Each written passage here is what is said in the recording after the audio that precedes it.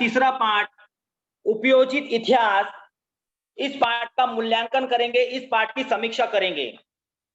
ठीक है बच्चों, ध्यान दो इधर सभी बच्चे।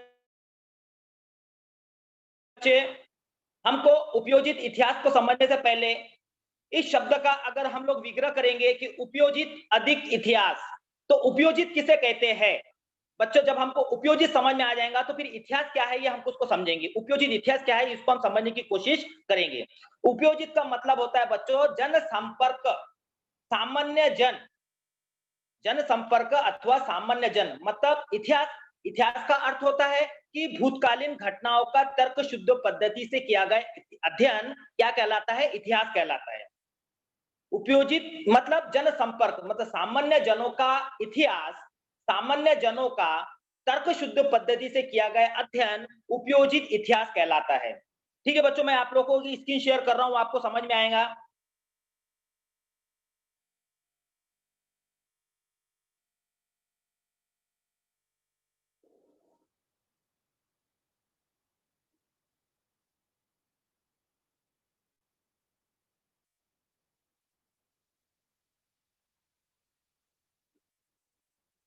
ठीक है बच्चों, हम लोग देखते हैं उपयोजित इतिहास मतलब सामान्य जनों का इतिहास। तो देखो बच्चों, उपयोजित इतिहास संज्ञा के लिए लोगों सामान्य जनों का इतिहास यह शब्द वैकल्पिक प्रयोग किया गया। मतलब उपयोजित इतिहास की संज्ञा के लिए सामान्य जनों का इतिहास, मतलब इसको क्या कहा गया है? सामान्य जनों का इतिहास इसको कहा गया है। भूतकाल में घटित घटनाओं में से जो ज्ञान इतिहास द्वारा प्राप्त होता है उसका उपयोग वर्तमान और भविष्य में सभी लोगों के लिए किस प्रकार हो सकता है, इसका विचार उपयोजित इतिहास में किया जाता है। मतलब कि अभी बच्चों एक मराठी में म्हण है, एक मुहावरा है कि जे इतिहास विसरता ते कधी इतिहास घडू शकत नाही।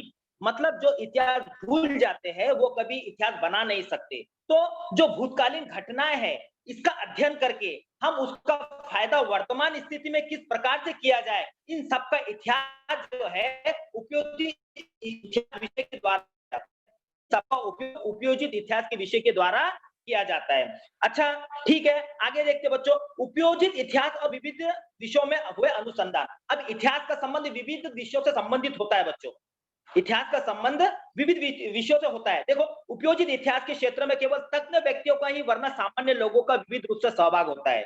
उपयोजित इतिहास के क्षेत्र में, उपयोजित इतिहास के क्षेत्र में सिर्फ तज्ञ इतिहासकार लोगों का नहीं तो सामान्य जन लोगों का भी विविध रूप से सहभाग होता है, हर रूप से सहभाग होता है। किसी का भी इतिहास हम लिखेंगे तो उसमें सामान्य लोगों का इतिहास आना ही चाहिए, वो उपयोजित इतिहास है। देखे, संग्रहालय, प्राचीन स्थानों की सैर, आने वाले पर्यटकों के रूप में लोगों का सहभाग महत्वपूर्ण। संग्रहालय होता है, प्राचीन स्थानों की सैर पर आने वाले पर्यटकों के रूप में लोगों का सहभाग भी बहुत महत्वपूर्ण होता है। पर्यटन के कारण लोगों में इतिहास के प्रति रुचि बढ़ने लगती है। अब हम समझ लो बच्चों, कई किले में घूमने के लिए गए हैं, हम किले में घूमने के लिए हम किला देखे, लेकिन हमारे अंदर एक प्रकार की जिज्ञासा उत्पन्न होती है। क्या उत्पन्न होती है? कि किले का निर्माण किसने किया होगा, ये किले का शासक कौन था, यहाँ पर राजा कौन था, यहाँ की जनता कैसी थी, किले के अंदर क्या होता होगा। मतलब एक प्रकार का इतिहास के रूप में लोगों के मन में क्या होती है, एक प्रकार की रुचि बढ़ने लगती है। समाज में समाज के मन में इतिहास का बोध निर्माण होता है, समाज के मन में इतिहास का बोध और व्यक्ति के मन में इतिहास को जानने का बोध निर्माण होता है। साथ ही लोग अपने नगरों अथवा गांव में स्थित प्राचीन स्थानों के संरक्षण और संवर्धन की परियोजना में सहभागी होते हैं। इसके कारण लोग क्या होता है, आजू बाजू के जो परिसर के लोग हैं वो इतिहासकालीन जो वस्तुएं चीजें हैं उसका संरक्षण और संवर्धन करने के लिए प्रेरित होते हैं। इसलिए बच्चों उपयोजित इतिहास बहुत महत्वपूर्ण माना जाता है। उपयोजित इतिहास और उसके विविध विषयों में अनुसंधान अभी देखेंगे। अभी उसके विविध विषय कौन से है? पहला हम देखेंगे बच्चों दर्शन।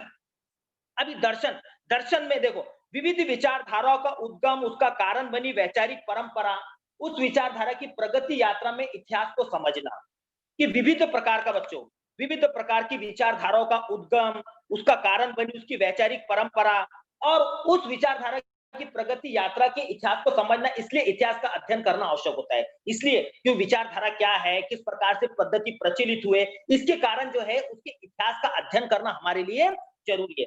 दर्शन को समझते समय हम दर्शन किस भाषा में व्यक्त हुआ है उस भाषा के इतिहास का भी उपयोग कर सकते हैं। दर्शन को समझने के लिए वो दर्शन किस भाषा में उपयुक्त हुआ है, किस लैंग्वेज में हुआ है, इसके कारण उस भाषा का उपयोग भी हम इतिहास में कर सकते हैं। दूसरा बच्चों विज्ञान, दूसरा बच्चा आपको दिखाई दे रहा है विज्ञान।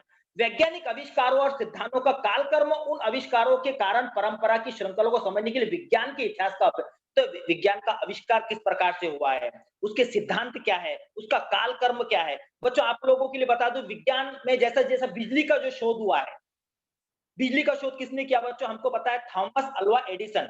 अभी अचानक ही बिजली का शोध हो गया क्या बच्चों? नहीं, इसको करने से पहले उसने 10,000 ऐसे प्रयोग किए हैं। थॉमस अल्वा एडिसन ने 10,000 ऐसे प्रयोग किए हैं, उसके बाद जाके बिजली का निर्माण हुआ है। तो इसके लिए समझने क्या है, उसका काल कर्म, उसका इतिहास, ये हमको समझना। मतलब कोई भी आविष्कार विज्ञान में भी हर चीज में जो प्रयोग होता है, उसका प्रयोग करने से पहले उसका इतिहास समझना हमारे लिए जरूरी होता है। ठीक है बच्चों, उसके बाद तीसरा है तकनीकी विज्ञान। अभी तकनीकी मतलब टेक्नोलॉजी, प्रौद्योगिकी। अभी हम बच्चों हम देखते हैं कि हमने देखे कि पेन, अभी पेन का आविष्कार अचानक हो गया क्या? नहीं, पहले क्या होता था, पहले लिखने के लिए टोकम मोर के पंख का उपयोग करते थे, मोर के पंख का उपयोग करते थे। धीरे धीरे उसमें परिवर्तन होते चला गया। अब इसमें इतिहास समझना जरूरी है, हमको इतिहास समझ में आएगा तभी हम लोग पेन का आविष्कार कर सकेंगे।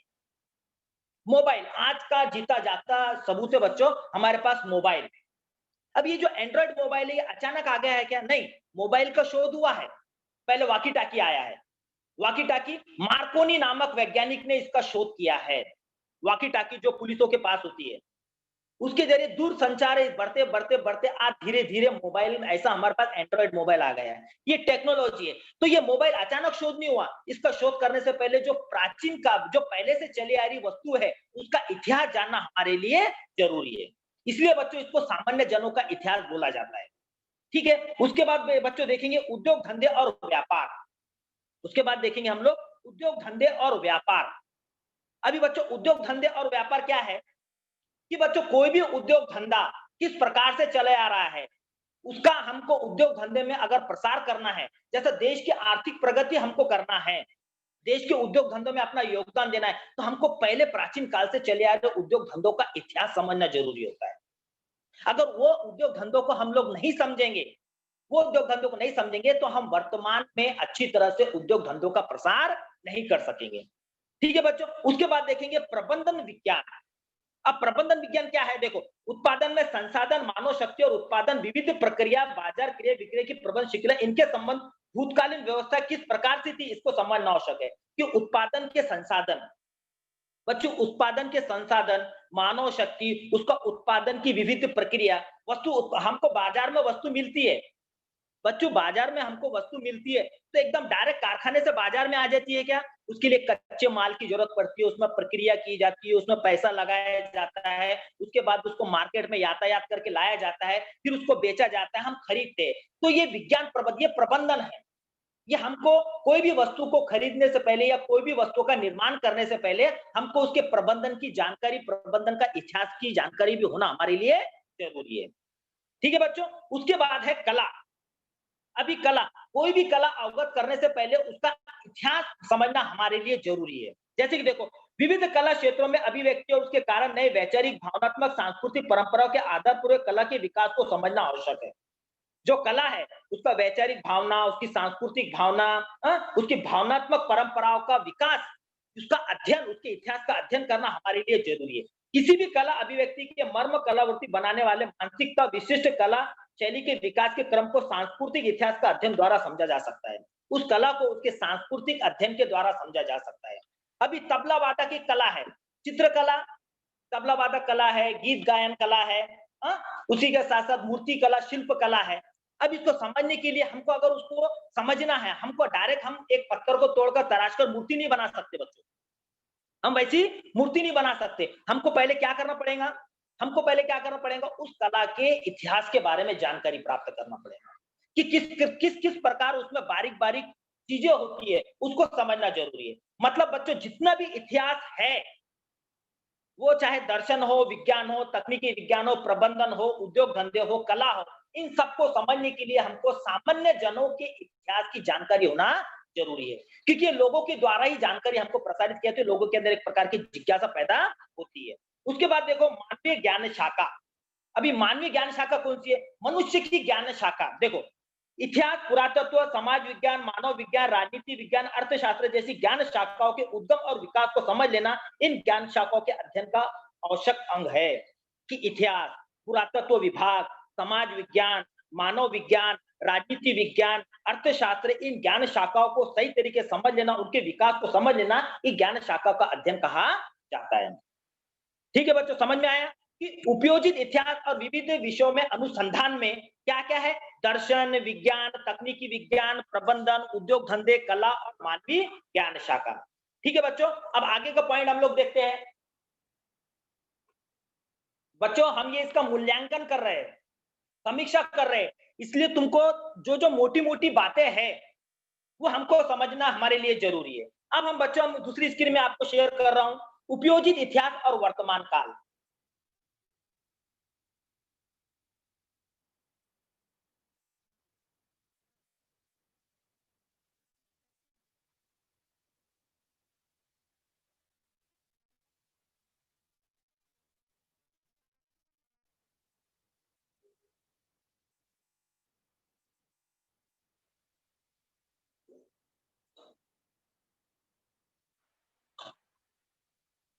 ठीक है बच्चों, ध्यान दो इधर, उपयोजित इतिहास और वर्तमान काल।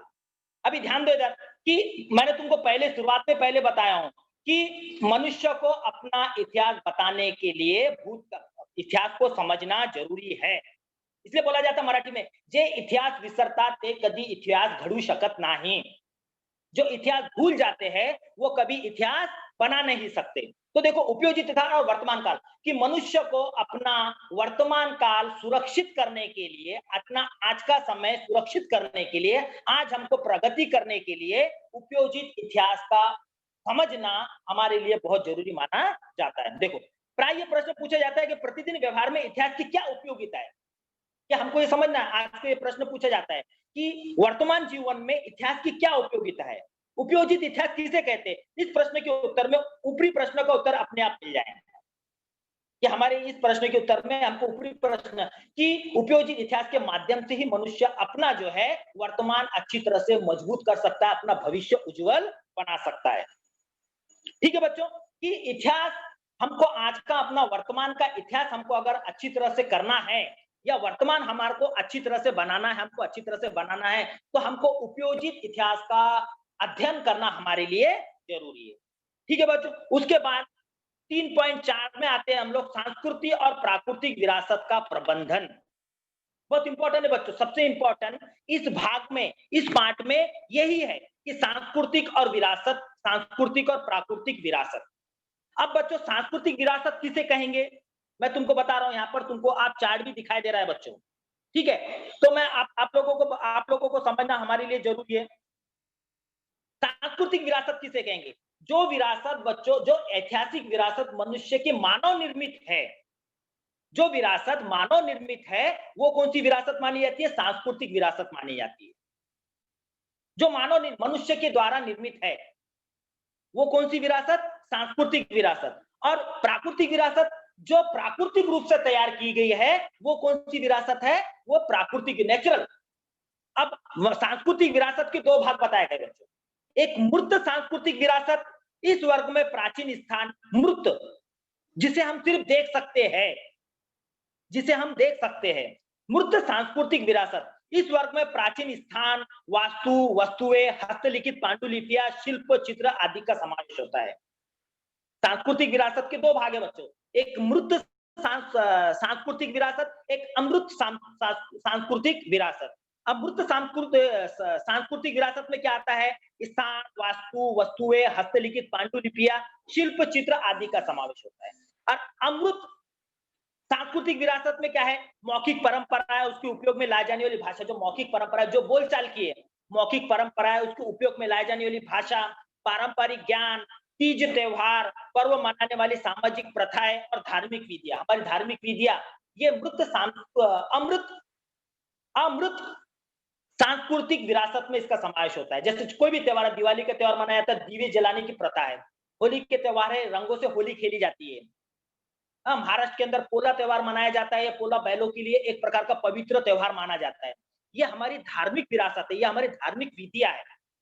कला प्रस्तुतिकरण की पद्धतियां, विशिष्ट पारंपरिक कौशल, इन परंपराओं, प्रथाओं और कौशलों आदि का प्रतिनिधित्व करने का समूह, वर्ग इत्यादि। ठीक है बच्चों, ये सांस्कृतिक विरासत समझ में आया। अब हम इसमें से हम देख सकते हैं, आगे हम देखेंगे कि हम एक चार्ट में देखेंगे तो हमको दिखाई देगा कि विश्व मौखिक अमूर्त विरासत, मूर्त और अमूर्त विरासत सूची, समाज परंपरा है। ठीक है, तो हम इसमें से देख सकते हैं कि भारत की विश्व मौखिक और अमृत, जिसमें कौन सी है? केरल की कुट्टियम सांस्कृतिक नाट्य परंपरा, केरल की कुट्टियम सांस्कृतिक नाट्य परंपरा, वैदिक पठन परंपरा, उत्तर भारत में की जाने वाली रामलीला की उत्तर भारत में रामलीला, ये क्या है? भारत की विश्व मौखिक अमृत विरासत सूची में समावेश है ये। ठीक है, उसमें गढ़वाल उत्तराखंड में प्रचलित रमन धार्मिक अनि विधि नाट्य, राजस्थान का कोलंबिया लोक संगीत और लोक नृत्य, पश्चिम बंगाल, झारखंड और ओडिशा का छाऊ नृत्य, केरल में प्रचलित मुड्डी ये विधि नाट्य अनि नृत्य नाट्य, लद्दाख जम्मू कश्मीर में प्रचलित बौद्ध मंत्र पठन की परंपरा, मणिपुर में प्रचलित संकीर्ण परंपरा, पंजाब के ठटेरा समाज की तांबे और पीतल के बर्तन बनाने की परंपरा, नवराज, ये सब बच्चों क्या है? ये कौन सी चीज है? ये कौन सी चीज है बच्चों? ये है भारत की विश्व मौखिक और अमृत विरासत सूची, इसमें सबका समावेश होता है। ठीक है, अब उसके बाद बच्चों हम लोग प्राकृतिक विरासत, जो मानव निर्मित विरासत है, सॉरी, जो नेचुरल रूप से तैयार हुई है, जो भगवान के द्वारा बनाए गए, ऐसा डायरेक्ट भाषा में हम लोग सिंपल भाषा में ऐसा बोल सकते हैं, प्राकृतिक विरासत। प्राकृतिक विरासत की अवधारणा में प्रकृति में पाए जाने वाली जैव विविधता का विचार किया जाता है। प्राकृतिक विरासत में क्या है कि जो प्रकृति में पाए जाने वाली जैव विविधता है, इनका समावेश होता है, जिसमें प्राणी, वनस्पति जगत, उनके अस्तित्व के लिए आवश्यक परिसंस्थाएं और भू रचनात्मक विशेषता है। इन सबका समावेश काय में होता है बच्चों? प्राकृतिक विरासतों जो नेचुरल रूप से तैयार हुई है, जैसे प्राणी जगत, वनस्पति जगत, उनके द्वारा अस्तित्व में की जाने वाली आवश्यक परिसंस्थाएं और भू रचनात्मक विशेषता है। ये सबका समावेश किसमें होता है बच्चों? प्राकृतिक विरासत में होता है। ठीक है, तो हम लोग इसमें से आगे हम लोग देखते हैं, मैं तुमको चार्ट बताता हूं, जिसमें चार्ट में तुमको समझ में आएगा कि प्राकृतिक सांस्कृतिक विरासत कौन सी है भारत में, और प्राकृतिक विरासत कौन सी है भारत में। ठीक है बच्चों, एक चार्ट बता रहा हूं आप लोगों को, ध्यान दो, इधर स्क्रीन शेयर कर रहा हूं बच्चों।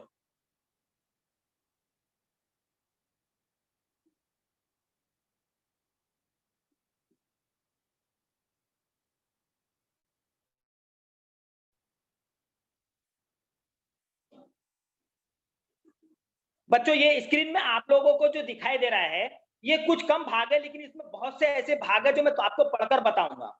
ठीक है, तो हम देखते हैं कि भारत के विश्व विरासत के स्थान सांस्कृतिक, भारत के विश्व विरासत के, भारत के विश्व विरासत के स्थान जो सांस्कृतिक है, जो मानव निर्मित है, उसको विश्व जो विकास मंडल है, जो विरासत वाले स्थान है, उसमें भारत की किन किन चीजों को समावेश किया गया है, ये सब दिखाई देगा। जैसे कि देखो स्क्रीन पे आपको दिखाई दे रहा है आगरे का किला, ये विश्व विरासत है बेटा, सांस्कृतिक मानव निर्मित।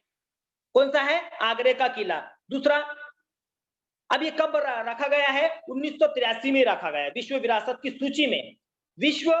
भारत के विश्व विरासत की सूची में स्थान कब दिया गया है? आगरे का किला 1983 में। दूसरा, अजंता की गुफाएं, ये भी कब रखा गया है बच्चों? 1983 में।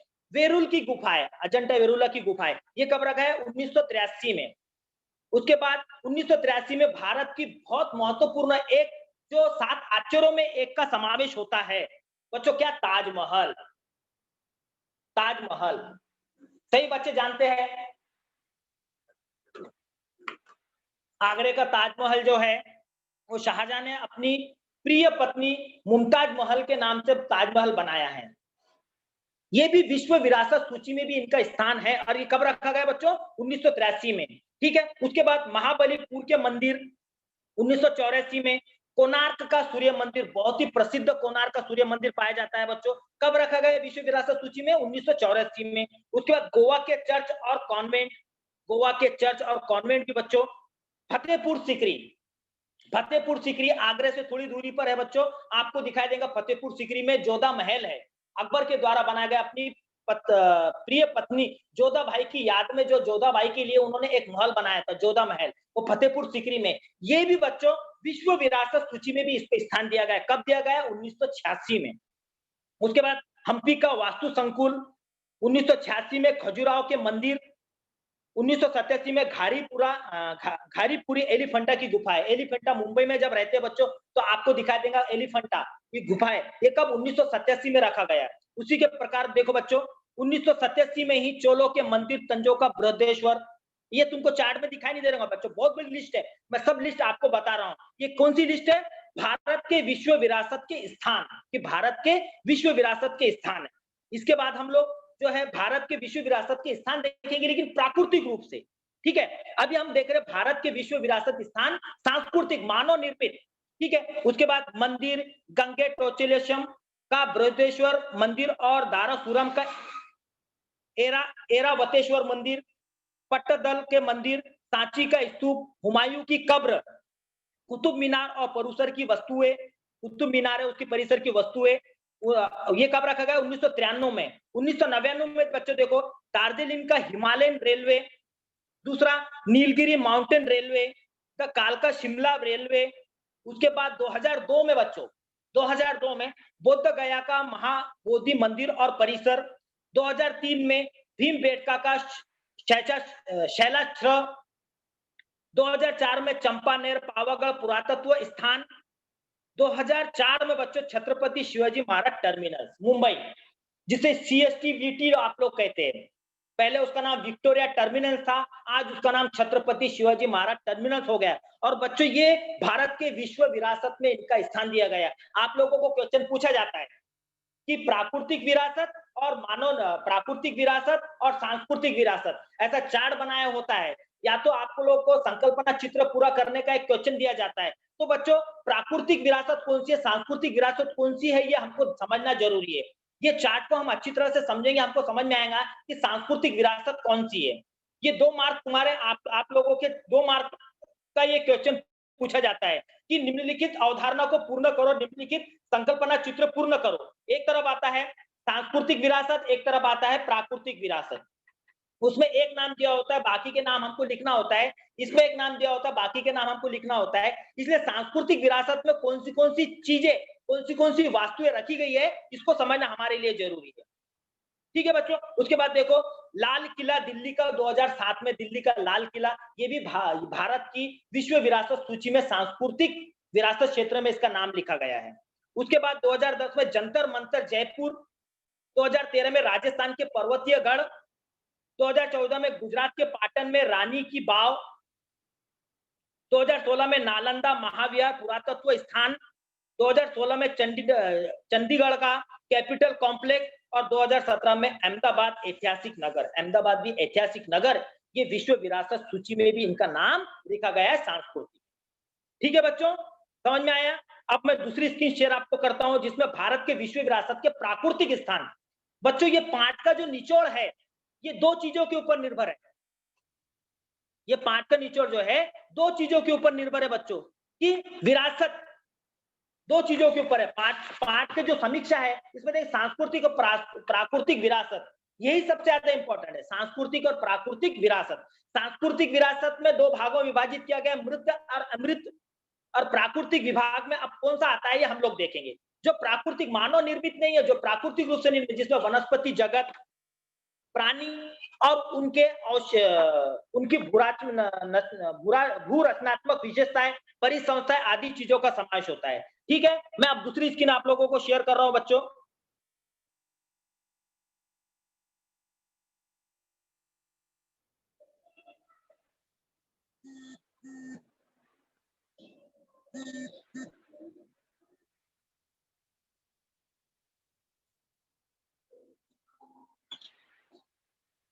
ठीक है बच्चों, ध्यान दो इधर। हम लोग देखते हैं भारत के विश्व विरासत स्थान, भारत के विश्व विरासत के स्थान प्राकृतिक, जो मानव निर्मित नहीं है, जो नेचुरल रूप से है। ठीक है बच्चों, तो उसमें जो सूची बनाई गई है उस सूची में कौन से साल कौन सी चीजों को रूप में स्थान दिया गया है, ये हमको समझना जरूरी है। ठीक है बच्चों, देखो सबसे पहला है 1985 में काजीरंगा राष्ट्रीय उद्यान। काजीरंगा राष्ट्रीय उद्यान, काजीरंगा में जो राष्ट्रीय उद्यान है, जो जंगल है, ये विश्व विरासत प्राकृतिक विरासत में, विरासत की सूची में इसका नाम दिया गया है। कब? 1985 में। उसके बाद बच्चों 1985 में केवल देव राष्ट्रीय उद्यान, 1985 में केवल देव राष्ट्रीय उद्यान, 1985 में मानस वन्य जीव अभयारण्य, मानस वन्य जीव अभयारण्य जंगल। ठीक है, 1987 में सुंदरबन राष्ट्रीय उद्यान, सुंदरबन राष्ट्रीय उद्यान, ये भी प्राकृतिक विरासत सूची में इसका स्थान दिया गया है। उसके बाद 1988 में नंदा देवी और valley of flowers, Nanda Devi और वैली ऑफ फ्लावर्स, ये प्राकृतिक रूप से विरासत, विश्व विरासत में, प्राकृतिक विरासत में इसका समावेश किया गया है। कब किया गया बच्चों? 1988 में। उसके बाद 2005 में राष्ट्रीय उद्यान, संजय गांधी राष्ट्रीय उद्यान बच्चों दिखाई दे रहा है मुंबई में, बोरीवली में। हम देखेंगे कितना बड़ा है, कितनी बड़ी बड़ी चीजें, कितनी बड़े बड़े वास्तु है वहां पर, विश्व। वहां पर तो देखेंगे बच्चों, अंदर जाके देखेंगे हम लोग तो कानेरी गुफा आप लोगों को दिखाई देती है, ये सांस्कृतिक विरासत मानी जाती है। उसके अंदर कानेरी गुफा है, ये सांस्कृतिक विरासत है। ठीक है, उसके बाद बच्चों 2012 में पश्चिमी घाट और 2014 में ग्रेट हिमालयन पार्क, 1914 में ग्रेट हिमालयन पार्क का भी समावेश उसमें किया गया है। तो बच्चों ध्यान दो इधर कि आप लोगों को ये बात ये समझना हमारे लिए बहुत जरूरी है कि इस पार्ट में दो चीजों का उल्लेख बहुत महत्वपूर्ण है, दो चीजों के ऊपर अपना ध्यान केंद्रित करना है हम लोगों को, एक सांस्कृतिक विरासत, एक प्राकृतिक विरासत। सांस्कृतिक विरासत में दो चीजों का समावेश होता है, मृत सांस्कृतिक विरासत जिसमें स्थान, वास्तु, इमारत, इन सब का समावेश होता है। दूसरा है अमूर्त सांस्कृतिक विरासत, इसमें किसका समावेश होता है बच्चों? इसमें पारंपरिक ज्ञान, मौखिक ज्ञान, तीज त्योहार, कला प्रस्तुतिकरण, विश्विक पारंपरिक कौशल, परंपराओं, प्रथाओं, इन सब का समावेश होता है। और उसके बाद बच्चों कौन सा है कि प्राकृतिक विरासत। और उसके जो मैं मृत में तुमको सूची बनाया हूं, सूची के हिसाब से अभी हमने देखे। उसके बाद हम देखें कि प्राकृतिक विरासत, जो प्राकृतिक विरासत मतलब क्या हो रहा है कि जो मानव निर्मित नहीं है, जो मानव निर्मित नहीं है, वो नेचुरल रूप से हमको प्राप्त है, प्रकृति से हमको प्राप्त है। उसमें जो राष्ट्रीय उद्यान है, जो भारत के अंदर राष्ट्रीय उद्यान है, काजीरंगा, केवल देव राष्ट्रीय उद्यान, मानस वन्य जीव अभयारण्य, सुंदरबन राष्ट्रीय उद्यान, नंदा देवी और वैली ऑफ फ्लावर्स राष्ट्रीय उद्यान, पश्चिमी घाट, ग्रेट हिमालयन पार्क, ये सब क्या है बच्चों? ये विश्व विरासत के प्राकृतिक स्थान माने जाते हैं, विश्व विरासत में इनका समावेश किया गया है।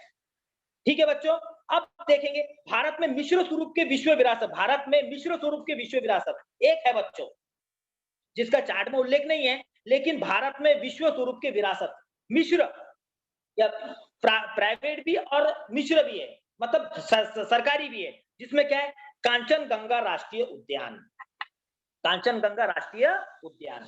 ठीक है बच्चों, समझ में आया आप लोगों को? अब हम इसमें देखते हैं, अब हम आगे के पॉइंट में आते हैं बच्चों। छोटा सा पॉइंट है, इसको समझ लेंगे हम लोग कि जिसमें संबंधित व्यवसाय क्षेत्र।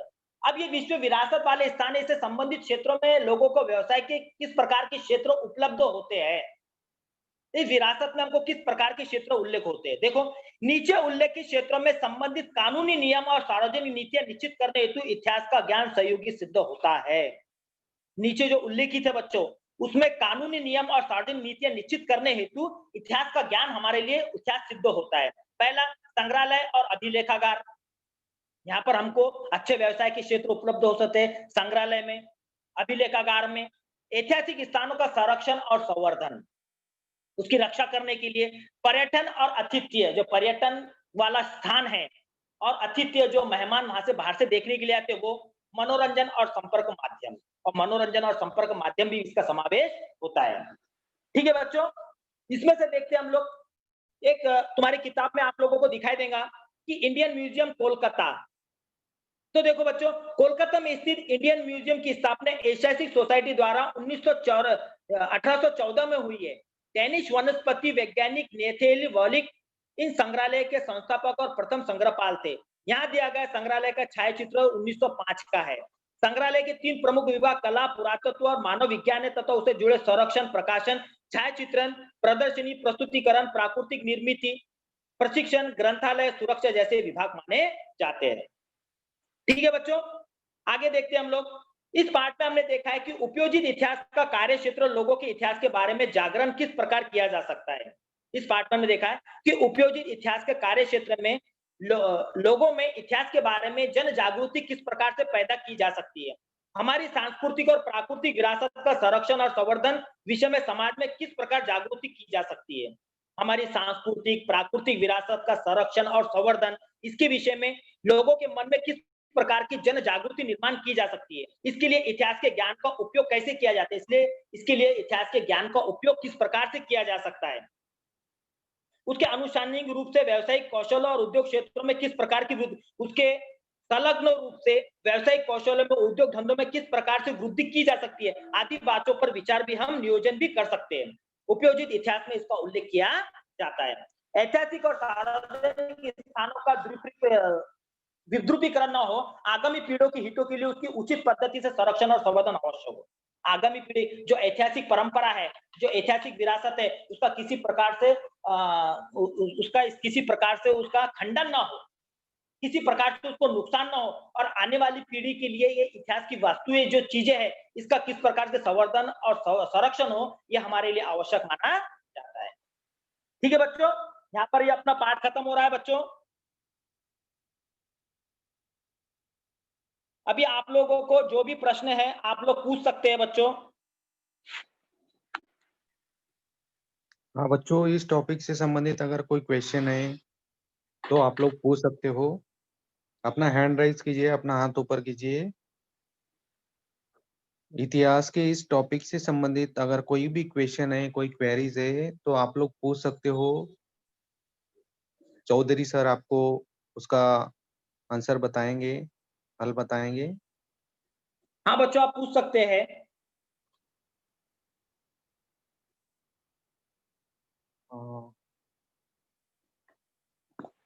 शायद बच्चों को अच्छे से समझ में आया सर हिस्ट्री का ये लेसन। तो अच्छा शायद सर। हाँ, शायद उनकी कोई क्वेरीज नहीं है। अच्छा, फिर भी हाँ ठीक है सर, कोई बात हाँ नहीं।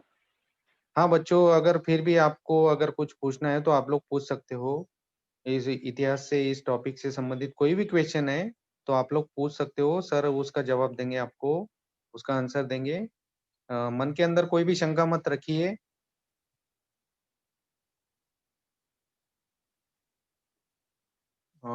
शायद किसी की क्वेरी नहीं है सर, कोई शंका नहीं ओके, है। कोई बात नहीं सर। टॉपिक अच्छे से समझ में आया उनको, बच्चों को। Okay sir. Thank you very much sir. Okay sir. एक थैंक यू। एक बच्चा पूछ रहा है सर, एक मिनट। हाँ हाँ okay sir, okay okay okay, हाँ बोलो बच्चों, बोलो बेटा। शहनाज खान। शहनाज, शहनाज पूछो।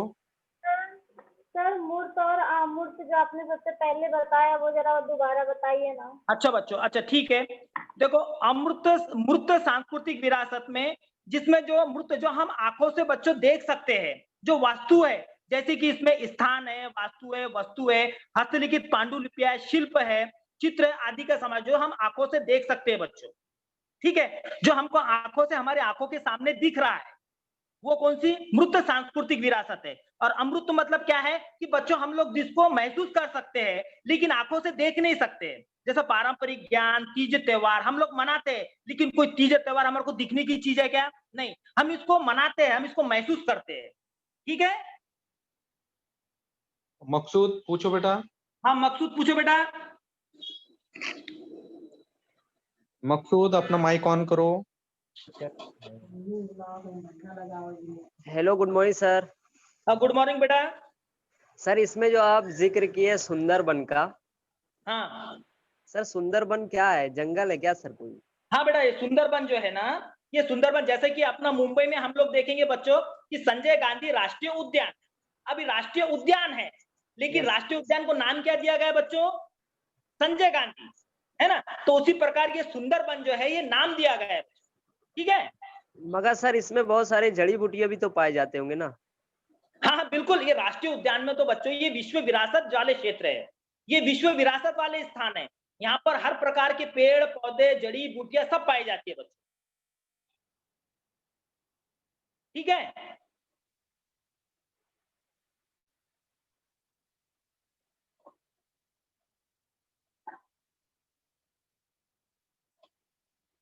ओके बच्चा, hello sir, hello,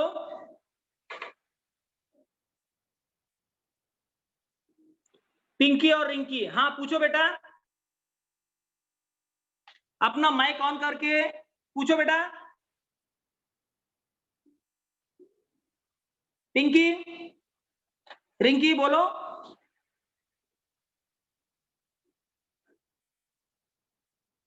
hello, hello sir,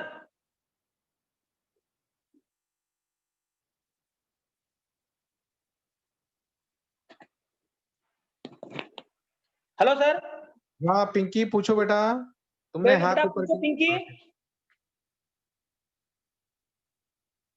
हाँ आपको शायद, जो पूछना पूछ सकते हैं, हाँ अपना माइक ऑन शायद करो और पूछो। अगर किसी को कोई शंका है इस टॉपिक से या कोई क्वेरीज है, कुछ पूछना चाहते हो तो पूछ सकते हो बच्चों।